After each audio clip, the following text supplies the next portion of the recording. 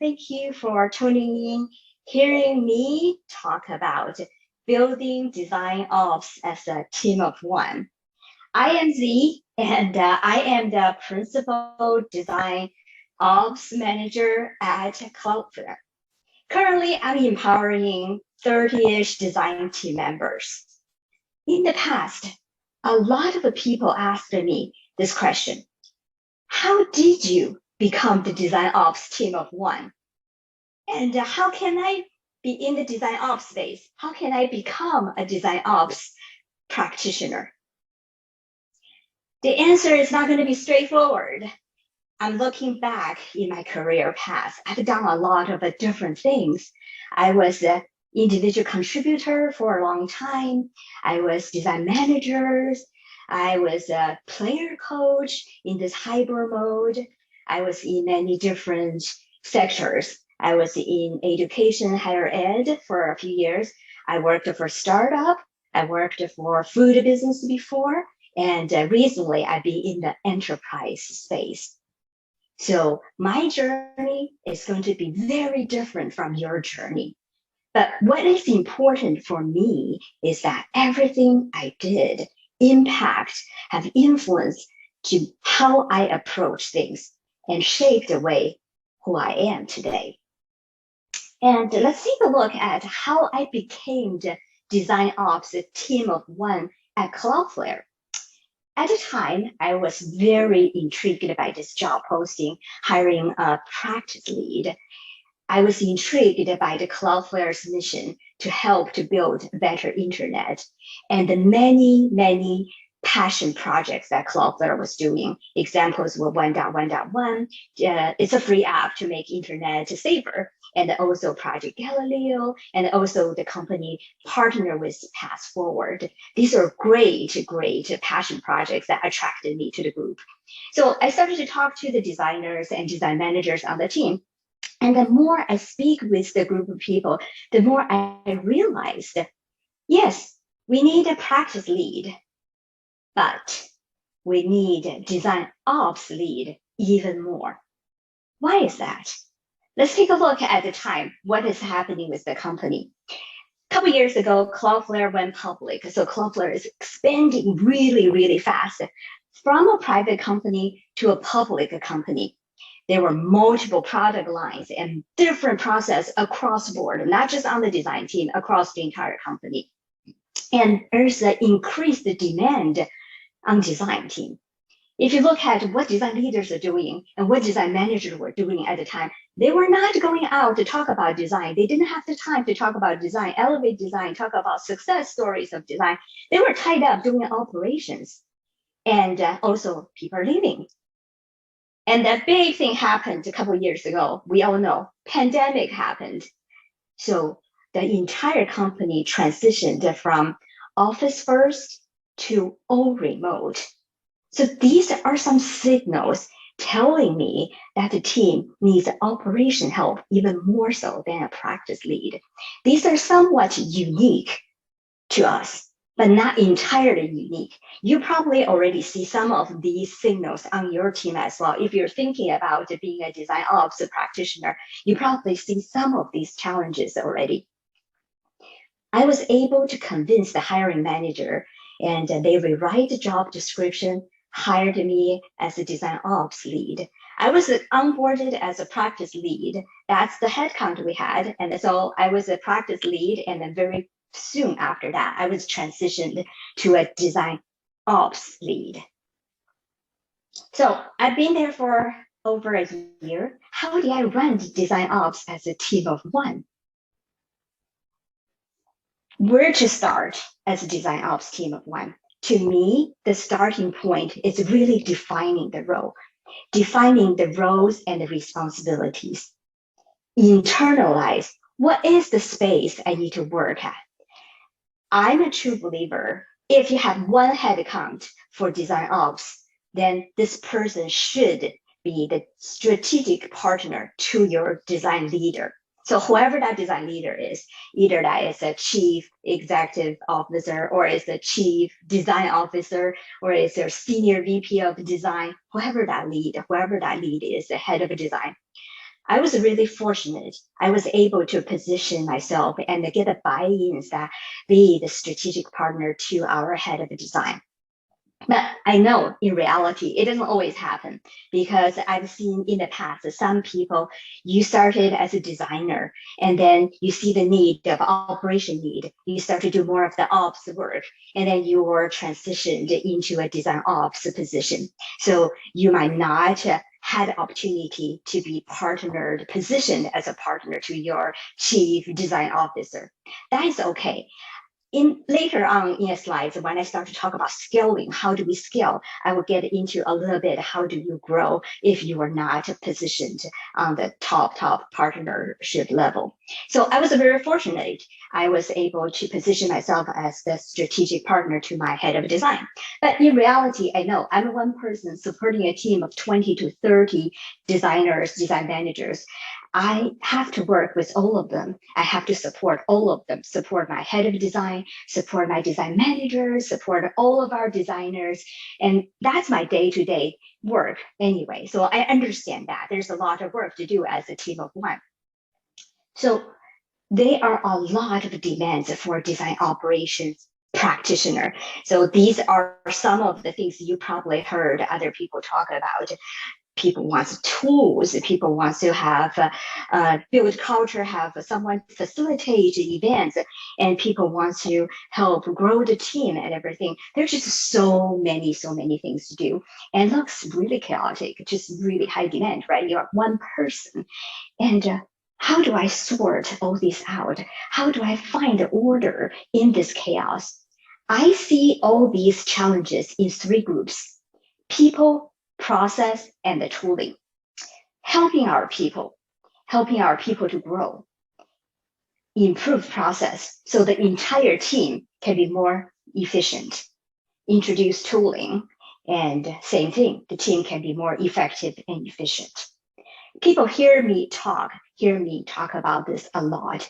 To me, no matter what you do, people over process, over tooling. Think about what is the role of a design ops person. Essentially, our job is to help our people. So no matter what kind of process we improve or introduce, what kind of new tools we introduce, is to help address the need of our people. So people over process, over tooling. Care about the people you work with. Starting all the process and everything, starting a new job, a lot of time our immediately reaction is, oh, this is a new job.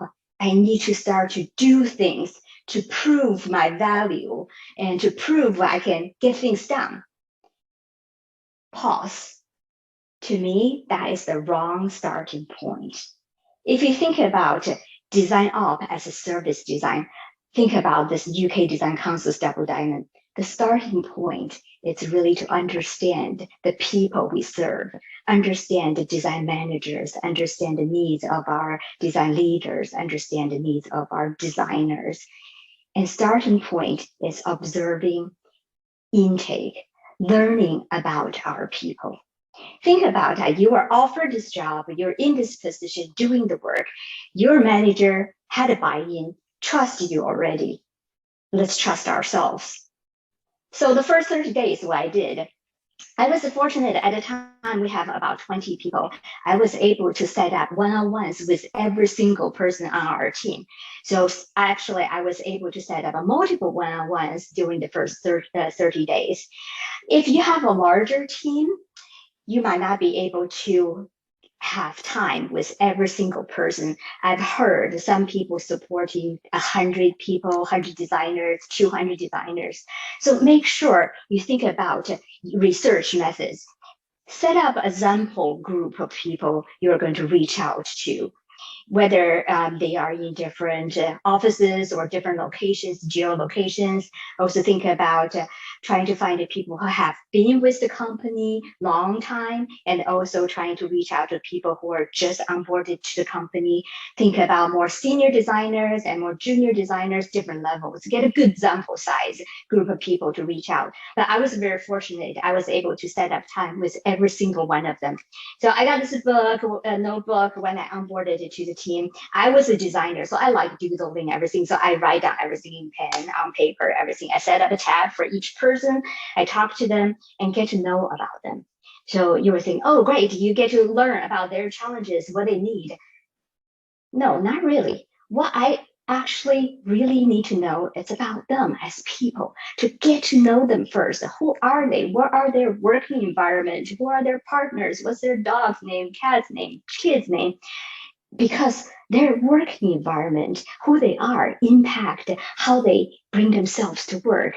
And the challenges they're facing is a result, a combination of their daily life and work life. Especially thinking about now, many of us are working from home. The home environment actually is our working environment. Impact what kind of a challenges actually is more prioritized, is more urgent and everything. Really get to know these people, learn about these people in person.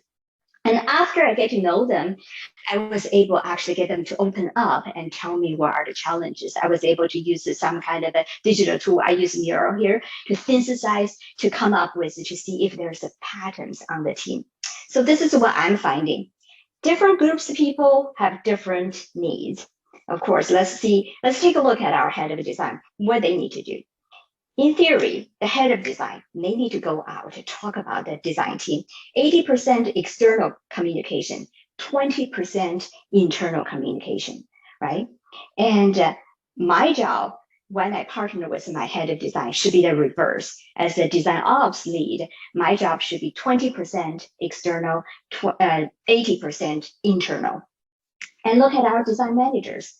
When I started, our design managers most of them were player coaches. So they are delivering product at the same time managing people. There's just so much. They were overwhelmed. They need a partner to help them to build some kind of a team ritual.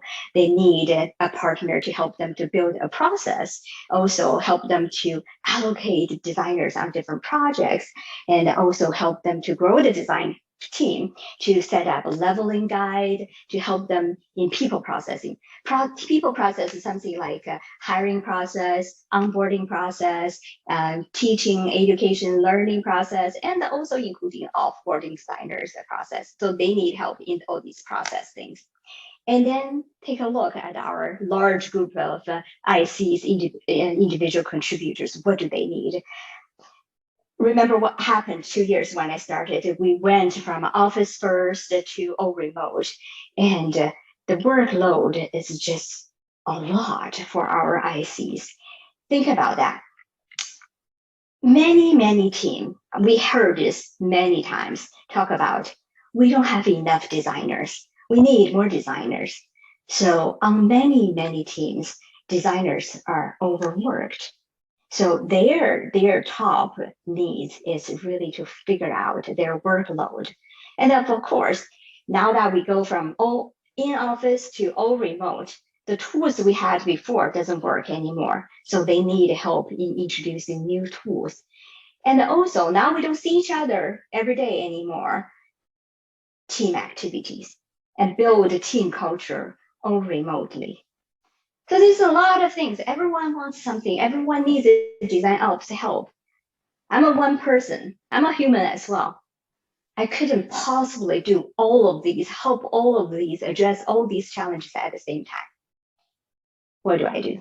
Prioritize. So if there's one superpower I can take with me, it's prioritization. Again, let's look at it. We have needs for head of design. We have needs of our managers. We have our ICs. So I'm going to use one example today to talk about how I did it end to end. I'm going to pick example, one of the challenges to help our ICs as an example. So help ICs with their workload. So remember, I went out to talk to everyone. I synthesized, I come up with the patterns and what they need. I wrote down a lot of outcomes we want to achieve. And how, even with helping ICs, there are a lot of challenges. How do I prioritize?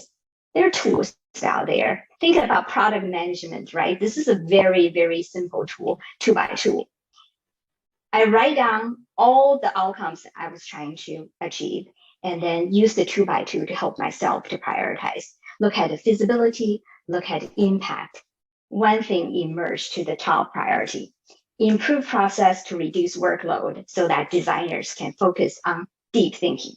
So let's look at the achieve one outcome. What it takes is few things. There are two sides of doing one thing. There's the planning part. That's the strategic planning part. And there's the tactical execution part. And then as a design ops person, we work with the leadership. We also work with the organization. So we want to be the bridge to the organization and then address all the execution things, help with execution, and then go to the planning side. So once we can actually address all the tactical execution, we can go down to optimize decision-making process. And remember, I talked about I want to be the strategic partner to my design leader. So ideal space I work should be in this lower left, bottom left quadrant to be the strategic partner with my design leader to do more of the planning. But I couldn't start from here. Really, I have to work my way through from the execution and to help the organization and eventually work my through to the planning. This framework was first introduced in the book One Mission. I altered that to make it work for the design ops. So originally, this was a framework designed for chief of staff, and it works really well for design operations as well. To really work in this strategic partnership level with our design leaders, we actually also need to take care of the execution. So as this example, what I did is that we need to, in terms of execution, before we can even plan, we actually have to address immediately need, which is allocation. How can we actually put different designers on prioritized works? So how can we actually match the goal for the company and put the designers on the highly prioritized, high impact work instead of saying yes to everything? That's what's caused the overload, right? And then looking at the organizational side, we want to reach out to our design team, I reach out to the cross-functional partnership teams to think about how can we do more of the design, PM, and engineer balanced team approach. How do we do design pairing, pair designing? These are all execution and day-to-day life. Once we take care of the execution, we can actually start to think about planning to actually think ahead, get ahead of the challenge and everything. So in terms of planning, work with the organization, think about the intake process. Can we improve it? Can we do better? And then once all these in place, we can finally get to the quadrant that think about strategically planning for the next quarter. If you think about this, just for this one challenge, improve process to reduce workload so that the designers can focus on deep thinking. For this one outcome, there are so many things need to be done. And that requires a lot of changes. Changes are scary, right? So what if we don't talk about changes? What if we experiment? How do I get people to experiment with me? The starting point is really the trust, right? Remember, I went to talk to people. That is why I need to get to know all the people, get to know the designers, design manager, who they are as person. All the little things matters. So build the trust. Another method to build trust is really bringing people along the ride. If you look at the organization, when I started, the design org was not very mature. We were growing. Many of the designers were hired in the last couple of years. So it's a development team. If you think about development, what do we do? How do we make decisions? This is a framework designed and introduced by Dr. Victor Vroom. It's a decision-making model. So if you think about the team needs more development, then you think of this scale tilts towards a more participatory approach.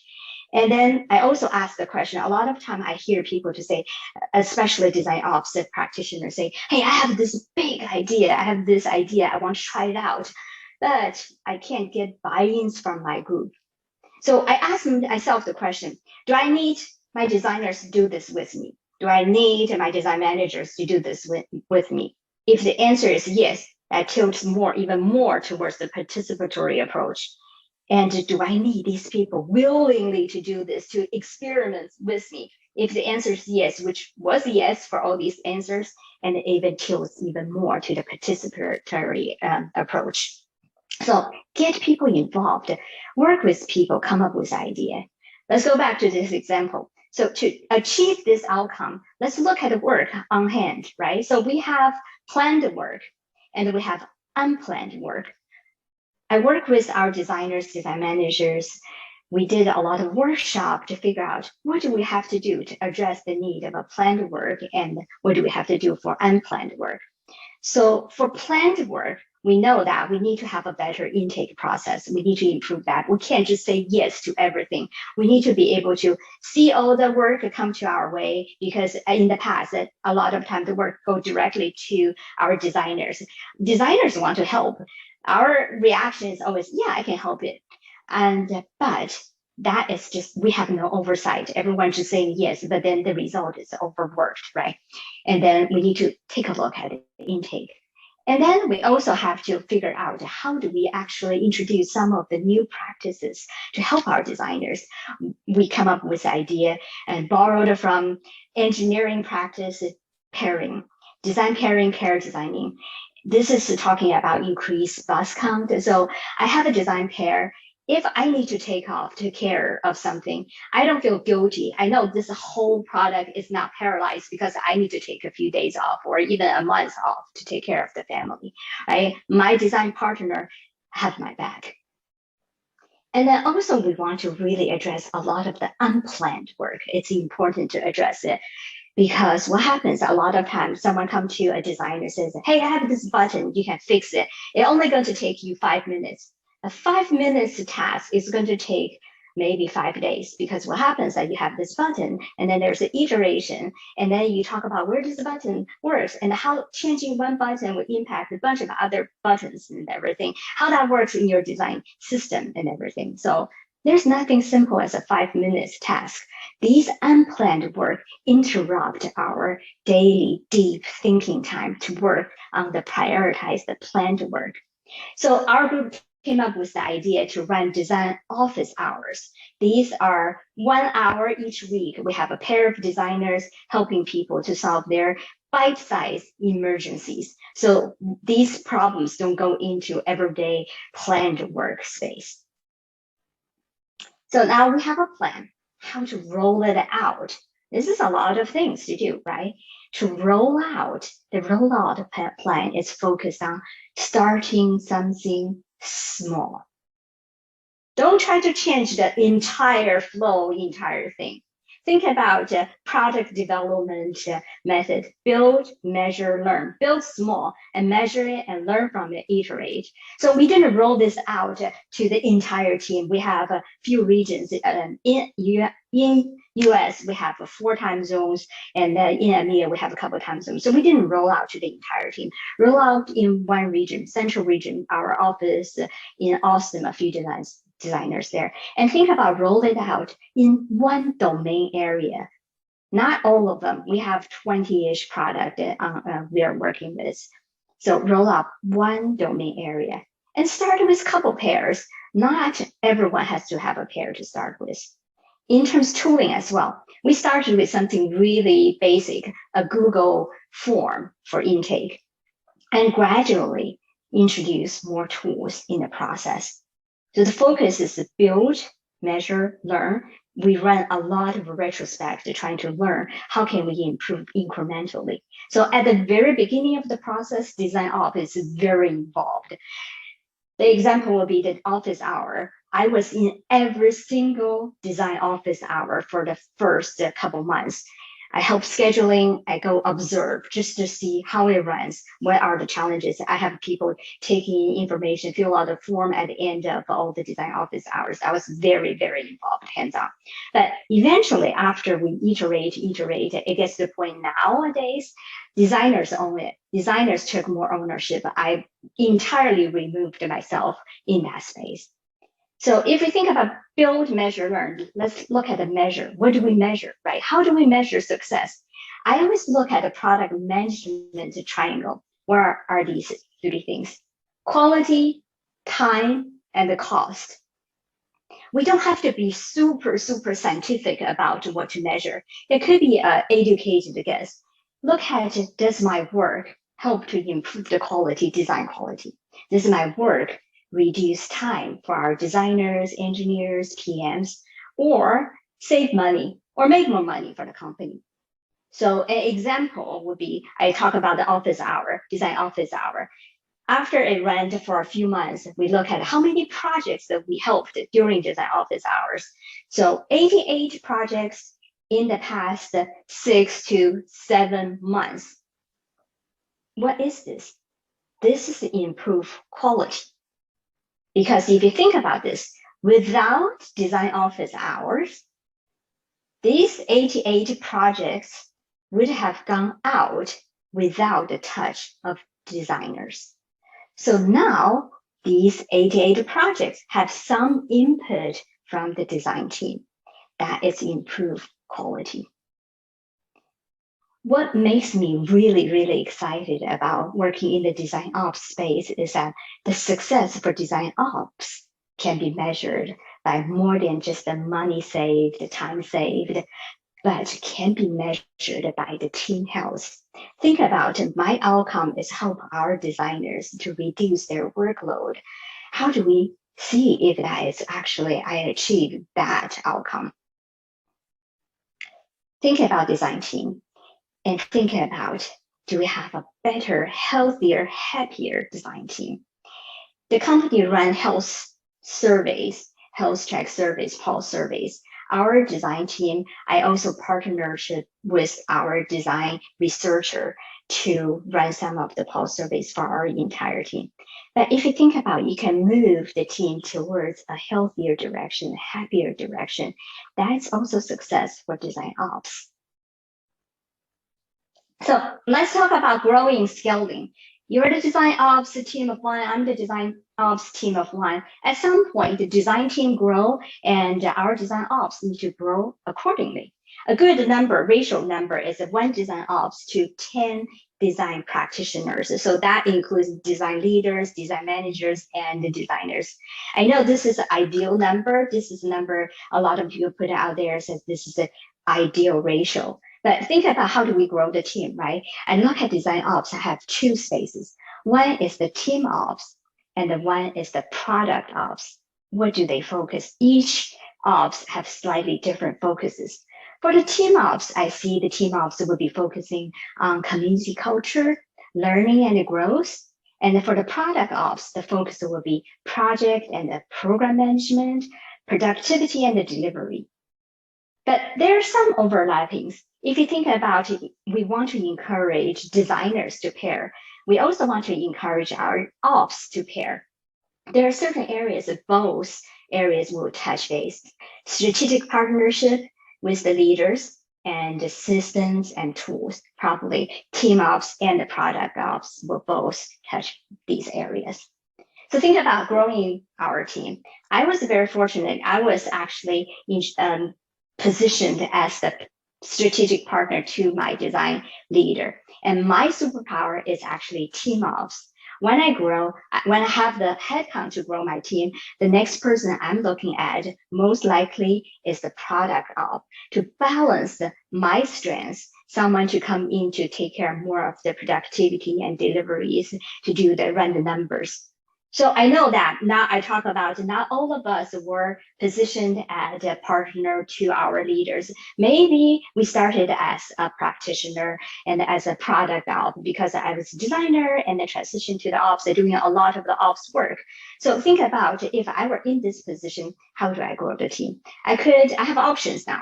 I could either find the next person, my counter partner to help me with the team ops if my superpower is product ops. I could also try to think about hiring a design ops lead who has more focus on the team ops.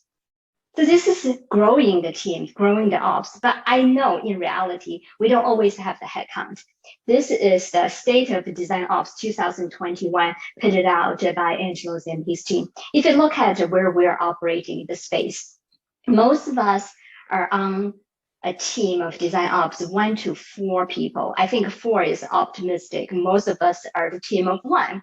And also there's a 10% of companies don't even have a dedicated design ops position. So 60% of us are operating on this design ops team of 1 space. That's why I'm so passionate about talking about being the design ops team of 1, how to run it. So when we don't have the headcounts, it takes a long time to educate people, advocate for design ops, to explain what design ops do, right? So when we don't have the headcounts, let's think about how do we multiply our impact. Couple things: build templates, up level others. We don't have to build this fancy, elaborate templates. I spend a lot of time just build templates. It can be something really scrappy, something simple. I build Miro templates for our designers to use, for the entire company to use, actually. I also build templates in Figma to help our designers build the leveling guide templates, building intake templates on Confluence, and building some of the onboarding templates as well for our design managers, for our new people. This can be super scrappy. It could be a template, just an email communication. Our managers then can copy paste, change a couple lines, change the name, personalize it, and send it out. Scrappy is okay, but build templates. That will help us to multiply our impact. We couldn't possibly do everything ourselves, get others to do it as well. Up level other designers. I do a lot of facilitation. I also coach other designers to do facilitation. So let's look back. Just recap. Starting point, defining the role, defining our own role and the responsibilities. Pick our battle. Change management, design ops is change management. Change management takes time and effort.